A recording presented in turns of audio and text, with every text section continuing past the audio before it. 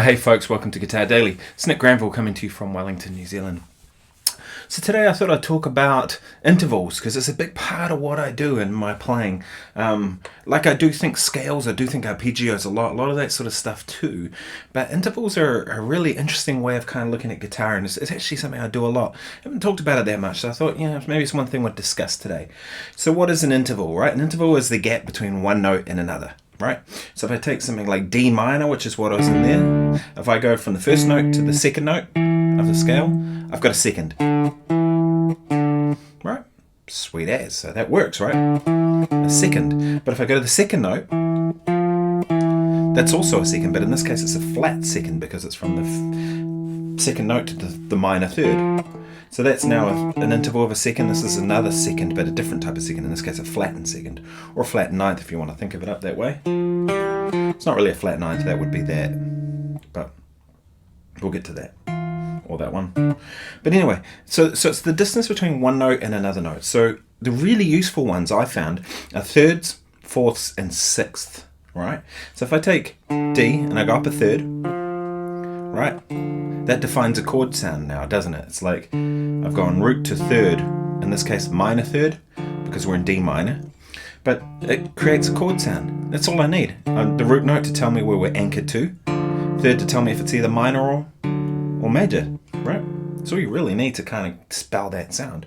So if I play my next note in the scale and go up to its third, it'll be a minor third again, because that fits with the scale. Alright, it's a very cool sound. And then next one from the F note, the third note, will be up to an A, which is a major third in this instance, because it has to be that to fit to the key. So now we have this.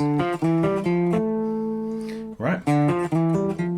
So you could say that I'm playing thirds. Really all I'm doing is thinking of the intervals within the scale. Could be anywhere, could be here.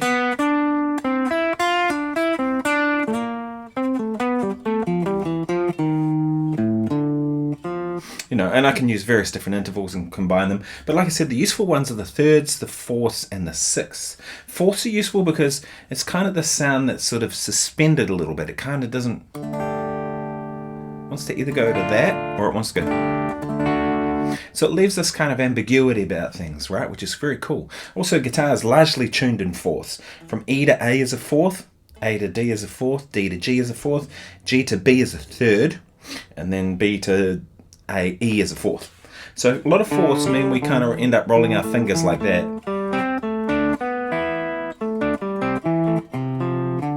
But the cool thing, like I mentioned, is that they leave this ambiguity about things. It doesn't really feel finished, which is a cool sound, right? And then sixths for some, like fifths, to me sound very much like power chords. So I'm less interested in them as an interval to use for solos, right? But when sixths come around, that's pretty cool. And one of the reasons I like sixths so much, and the reason they resonate with most people, is that sixths are essentially the same as a third, but in reverse. So I can go up a sixth, sorry. Or if I start from the root note here and go down, that's going down a minor third, right?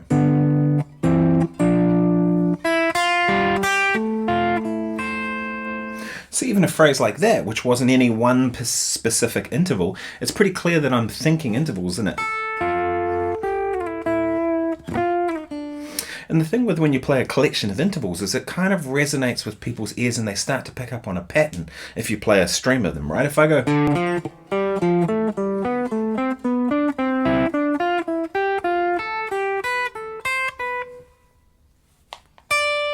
I didn't even need to play that note and you probably already heard it in your head because we latch onto a pattern, and when we hear a pattern we kind of go, oh okay, that's where it's going to go, right? Now I don't necessarily like being that predictable with it, but like when I'm playing phrases I'm thinking intervals in this thing, So I'll just give you an example. Here's an improvised solo.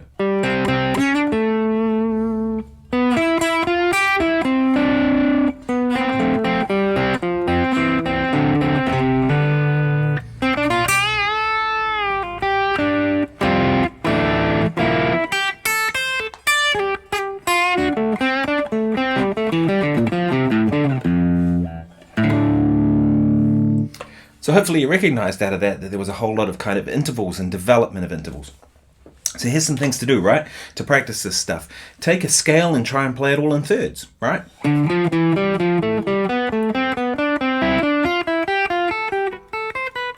that case, D Dorian, right? Try and play it in fourths. Now, I should mention too that with that, it's kind of a hard stretch. I prefer that over going to this because it's taking me out of my normal scale shape. Stick to your normal shapes when you're learning this. All right? Right,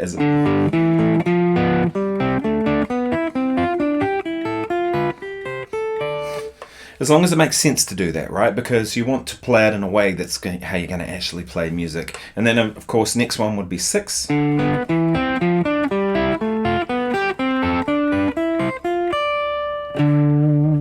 Right, and they sound great. They're really cool, right? And then use it and kind of make music with it, right? Like, so another way I kind of look at intervals in terms of making music is maybe I'll sort of choose a couple of notes in relation to the root notes. So say I'm in D, like this. Maybe I'm going to go... It's kind of pretty close to the lick, isn't it? But then take that through the next lot of intervals. So if I move up to my next note in the scale...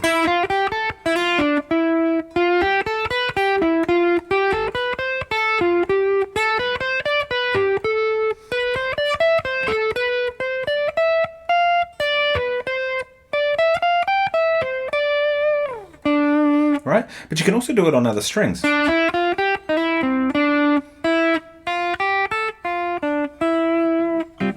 on and so on, right? And then you're actually thinking intervals and you're improvising with using intervals by doing that kind of stuff. And it could be anything. I might go 1, 5, 9, 7.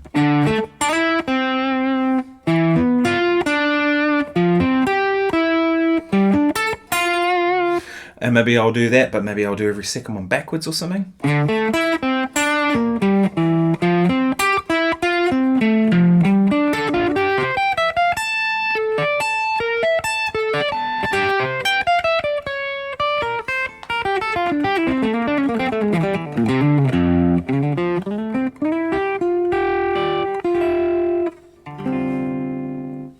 Right, so you get the idea. We can create some very complex kind of improvisations without really kind of doing anything too complex, right?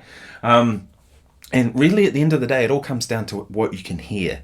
If you're not hearing this stuff, then it just ends up being a whole lot of rubbish coming out of your fingers, right? So the key thing is that you actually hear these intervals and where it's going. All of those I could sing them to you. I'm not going to sing it right now, don't worry. I'm not much of a singer. But in my head I can sing it, and if I was, just by myself, I'd probably sing through these and make sure I'm really hearing where the next note is coming from.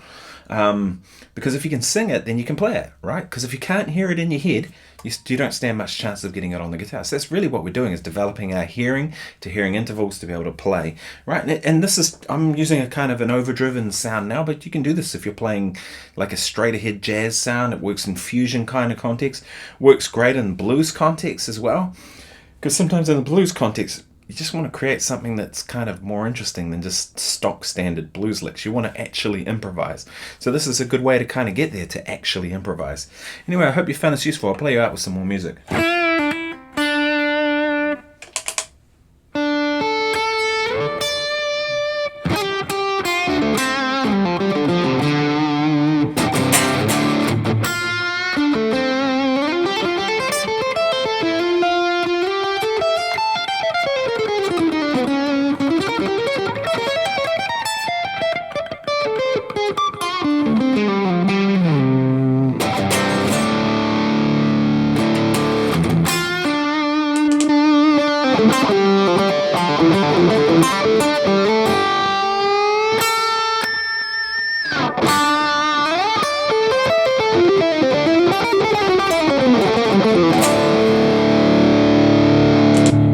Thanks so much for watching. Cheers.